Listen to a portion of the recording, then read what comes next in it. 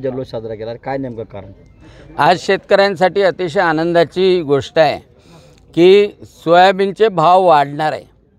कारण केंद्र सरकारने प्रधानमंत्री नरेंद्रजी मोदी यांनी जे क्रूड ऑइल खाण्याचं तेल आपण आयात करतो त्या आयातीवर 20% आयात कर लावलेला आहे आणि जे रिफाइंड ऑइल आहे त्यावर 12% 32% आयात कर लावलेला आहे।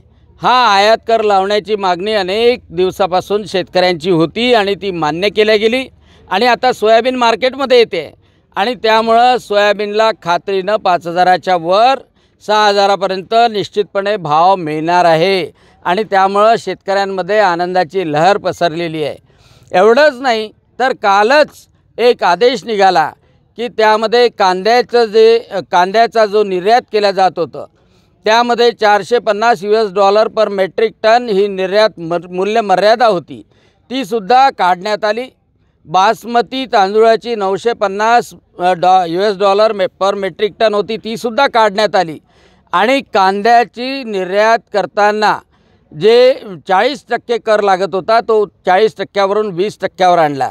म्हणजे महाराष्ट्रातले शेतकरी जे कांदा उत्पादक शेतकरी असो किंवा बासमती तांदूळाचं उत्पादक शेतकरी असो किंवा सोयाबीन उत्पादक शेतकरी असो, आज 40 लाख हेक्टरवर महाराष्ट्रामध्ये सोयाबीन होते आणि 40 लाख हेक्टरवरच्या सोयाबीनच्या शेतकऱ्यांना आज या निर्णयानं अतिशय मोठा दिलासा दिला आहे, अतिशय मोठा आनंद दिला आहे आणि त्यामुळे सर्व शेतकरी जे इथे आलेले आहे पश्चिम विदर्भामधून त्या सर्व शेतकऱ्यांनी मोठा जल्लोष केला आहे।